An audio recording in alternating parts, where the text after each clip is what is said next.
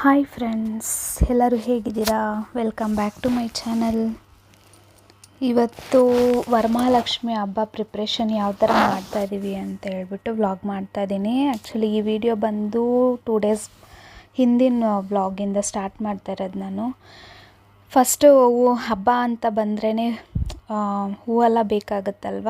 So ಅದು ಹಬ್ಬ ಇರಬೇಕಾದ್ರೆ ಆ ಸೀಸನಲ್ಲೇ ತೊಗೊಂಡ್ರೆ ನಮಗೆ ಫುಲ್ಲು ರೇಟ್ ಜಾಸ್ತಿ ಹೇಳ್ತಾರೆ. ಸೊ 2 ಡೇಸ್ ಬಿಫೋರಾಗಿ ನಾವು ಹೂವು ತೊಗೊಂಡು ಫ್ರಿಜ್ಜಲ್ಲಿ ಇಟ್ಟರೆ ಏನೂ ಹಾಳಾಗಲ್ಲ ಆ ಹೂವು.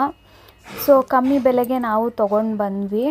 ಮಾರ್ಕೆಟ್ಗೆ ಹೋಗಿದ್ರು ನಮ್ಮ ಅತ್ತೆಯವರು, ತೊಗೊಂಡು ಬಂದರು. ಫಸ್ಟ್ ಟೈಮ್ ನಾನು ಹಾರ ಕಟ್ಟಿರೋದು, ಯಾವ ಥರ ಹಾರ ಮಾಡೋದು ಮತ್ತು ದೇವಿ ಅಲಂಕಾರ ಯಾವ ಥರ ಮಾಡೋದು, ದೇವಿಗೆ ಸೀರೆ ಯಾವ ಥರ ಉಡಿಸೋದು, ಆ ವ್ಲಾಗೇ ಫ್ರೆಂಡ್ಸ್ ಇದರಲ್ಲಿ ನೋಡ್ತೀರಾ ನೀವು.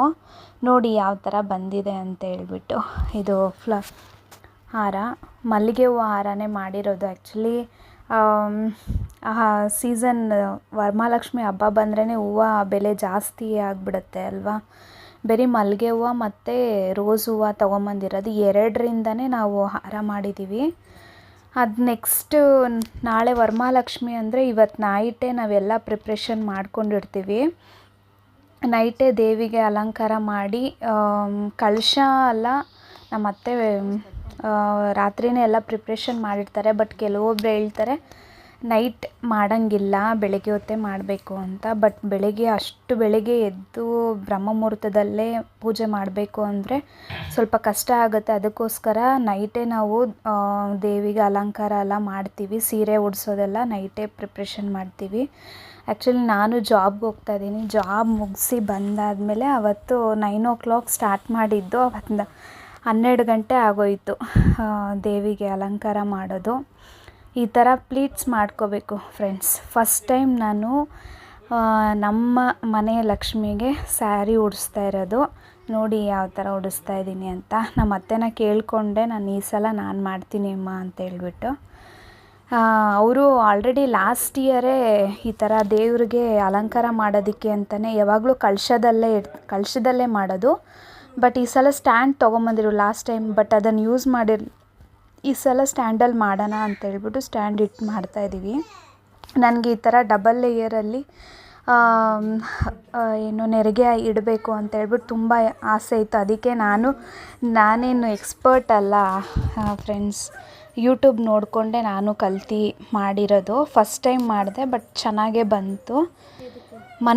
ಏನೇ ಕೆಲಸ ಆದರೂ ಮನಸ್ಫೂರ್ತಿಯಾಗಿ ಮಾಡಿದ್ರೆ ಆ ಕೆಲಸ ಪರ್ಫೆಕ್ಟಾಗಿ ಬರುತ್ತೆ ಅಂತ ಹೇಳ್ತಾರಲ್ವ. ಸೊ ಹಾಗೇ ಎಲ್ಲ ಅಲಂಕಾರ ಮುಗೀತು.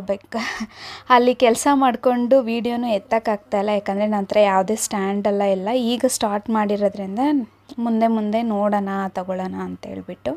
ನೋಡಿ ನಮ್ಮ ಮನೆ ಲಕ್ಷ್ಮಿ ಹೇಗಿದೆ, ಯಾವ ಥರ ಅಲಂಕಾರ ಮಾಡಿದ್ದೀವಿ ಅಂತೇಳ್ಬಿಟ್ಟು.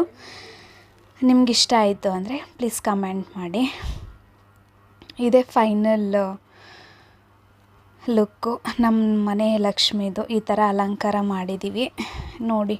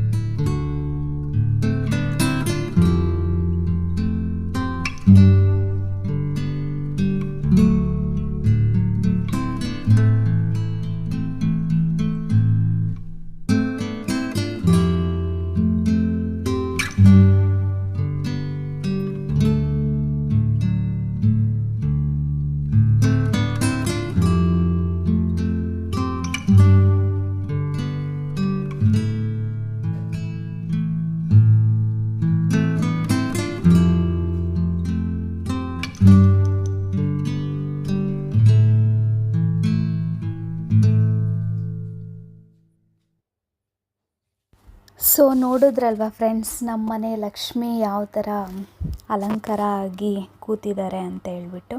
ತುಂಬ ಚೆನ್ನಾಗಿ ಕಾಣಿಸ್ತಾ ಇದ್ದಾರೆ ಅಲ್ವಾ, ನಮ್ಮ ದೃಷ್ಟಿನೇ ಆಗುತ್ತೆ. ಸೊ ಇದು ಬ್ಯಾಕ್ಗ್ರೌಂಡ್ ಸೆಟ್ಟಿಂಗ್ಸ್ ಎಲ್ಲ ಮೀಶೋದಲ್ಲೇ ಆರ್ಡ್ರ್ ಮಾಡಿ ತೊಗೊಂಡಿರೋದು. ದೇವಿಗೆ ಅಲಂಕಾರಿಕ ವಸ್ತುಗಳೆಲ್ಲ ಆಲ್ರೆಡಿ ಅವರು first one time investment friends. ಅದೆಲ್ಲ ಪದೇ ಪದೇ ಪ್ರತಿ ವರ್ಷ ತೆಗಿಬೇಕು ಅಂತ ಏನಿಲ್ಲ. ದೇವರಿಗೆ ಸೀರೆ ಮಾತ್ರ ಪ್ರತಿ ವರ್ಷ ತೆಗಿಬೇಕು ಅಷ್ಟೇ. ಅದು ಬಿಟ್ಟರೆ ಇನ್ನೇನು ಯಾವುದೇ ಥರ ಖರ್ಚಿರಲ್ಲ. ನಾವು ನಮ್ಮ ಮನೆಯಲ್ಲಿ ನಮ್ಗೆ ಹೇಗೆ ಬೇಕೋ ಆ ಥರ ನಮ್ಮ ಕೈಯಲ್ಲಾದಷ್ಟು ನಾವು ಮಾಡ್ಕೋಬೋದು. ಇದು ಈವ್ನಿಂಗು ಲೈಟ್ ಸೆಟ್ಟಿಂಗ್ ಎಲ್ಲ ಹಾಕ್ಬಿಟ್ಟು ಮಾಡಿದ್ವಿ. ಸೊ ಮಾರ್ನಿಂಗಿಂದ ಏನೂ ಹಾಕಿರಲಿಲ್ಲ. ಸೊ ಇದೇ ನಮ್ಮ ಮನೆಯದೇ ಲಕ್ಷ್ಮಿ. ನಿಮಗೂ ಇಷ್ಟ ಆಗಿದ್ದರೆ ಪ್ಲೀಸ್ ಕಮೆಂಟ್ ಮಾಡಿ, ಸಬ್ಸ್ಕ್ರೈಬ್ ಮಾಡಿಬಿಟ್ಟು ನೋಡಿ. Thank you.